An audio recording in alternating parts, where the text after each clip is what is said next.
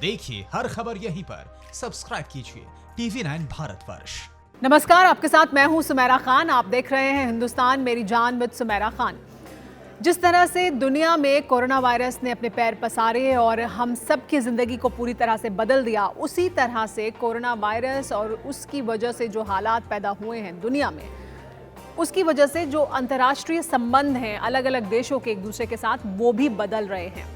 इसका ताज़ा उदाहरण है रशिया और चाइना, रूस और चीन, व्लादिमीर पुतिन और शी जिनपिंग, जिनकी दोस्ती को दुनिया ने देखा है, उनके ब्रोमांस को हमने देखा है, कैसे एक दूसरे के साथ हाथ मिलाते गर्मजोशी से उनकी तस्वीरें सामने आती रही हैं।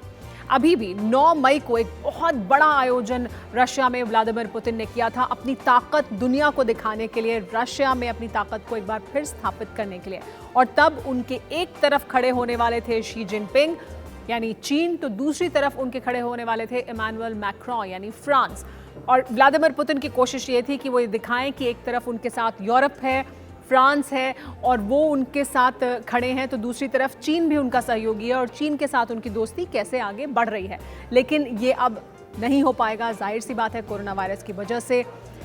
व्लादिमीर पुतिन अपनी ताकत को जिस तरह से आगे बढ़ा रहे हैं और 2036 तक वो राष्ट्रपति रह सकते हैं, इसको लेकर जो संवैधानिक बदलाव उन्होंने किए, उसको लेकर भी एक वोट होना था। हालांकि ये वोट कितना असरदार और कितना हकीकत में प्रामाणिक होता, इस पर संदेह जाहिर किया जाता रहा है और किया जाता रहेगा, लेकिन एक वोट होना था। लेकिन अब वो वोट भी नहीं हो पाएगा, वो जो मतदान है वो भी रशिया की जनता नहीं कर पाएगी। तो व्लादिमीर पुतिन के जो प्लान्स थे उनको बहुत बड़ा धक्का लगा है कोरोना वायरस की वजह से। और इससे भी ज़्यादा बुरी खबर व्लादिमीर पुतिन के लिए ये है कि उनके देश में कोरोना वायरस अब तेज़ी से बढ़ रहा है और बहुत बड़ी संख्या में कोरोना वायरस के जो मरीज़ हैं वो लगातार सामने आ रहे हैं रशिया में। एक तरफ कोरोना वायरस अपने पैर पसार रहा है, दूसरी तरफ लॉकडाउन की वजह से और उसकी वजह से जो हालात पैदा हुए हैं देश में, रशिया में, रूस में, उसकी वजह से आर्थिक तंगी की तरफ भी देश आगे बढ़ेगा और इसका भी अंदेशा अब रशिया को है, रशिया के लोगों को है। तो एक तरह का गुस्सा भी अब रशिया में देखने को मिल रहा है सरकार के खिलाफ और व्लादिमीर पुतिन के खिलाफ भी किसी हद तक। और इस गुस्से का एक केंद्र चाइना भी है और चाइना और रशिया के जो संबंध हैं, जो हम देखते हैं अभी, जिस तरह की गर्मजोशी दिखाई देती है दुनिया में, ये बहुत पुरानी नहीं है। चीन और रूस के बीच के संबंध हमेशा से इस तरह के गर्मजोशी वाले नहीं रहे हैं। इससे पहले 1960 के दशक में, 1960 से 1970 के बीच चाइना और रशिया के बीच युद्ध भी हुए हैं और वो इतिहास ऐसा नहीं है कि पूरी तरह से भुला दिया गया है। तो एक तरह की जो चाइना के ख़िलाफ़ या चाइना के लोगों के ख़िलाफ़ रशिया के अंदर लोगों के भीतर जो गुस्सा है वो अब एक बार फिर उभर कर सामने आ रहा है। चाइना और रशिया की दोस्ती को वैसे भी दुनिया में इसी तरह से देखा जाता रहा है कि ये दोस्ती उन दोनों को फ़ायदा पहुंचाती है।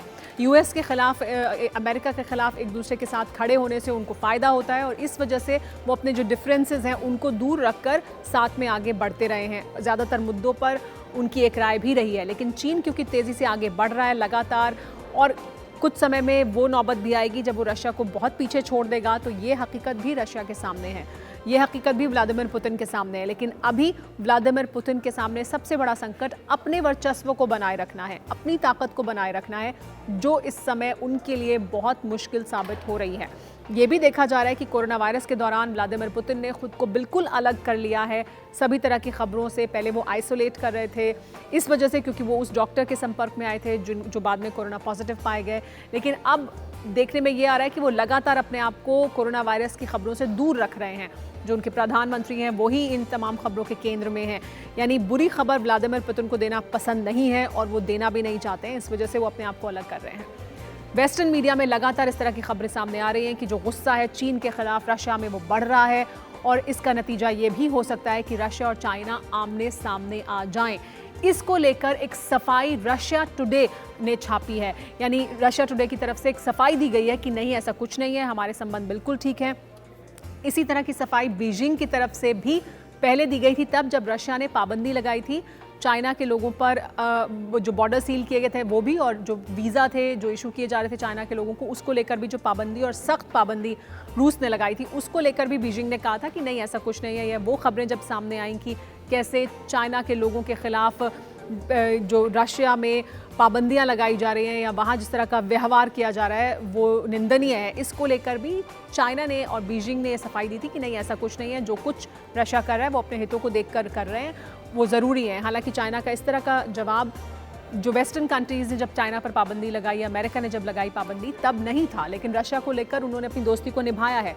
रशिया ने भी निभाया है दोस्ती को और चाइना के साथ वो खड़ा रहा है। लेकिन अब बात घर तक पहुंच गई है, अब व्लादिमीर पुतिन की ताकत तक बात पहुंच गई है और उनके वर्चस्व को ये जो पेंडेमिक है कोरोना का, वो चुनौती दे रहा है। इस वजह से इस तरह की खबरें सामने आ रही हैं और ऐसा भी हो सकता है, वो नौबत भी आ सकती है जब दोनों एक दूसरे के आमने सामने आकर खड़े हो जाएं।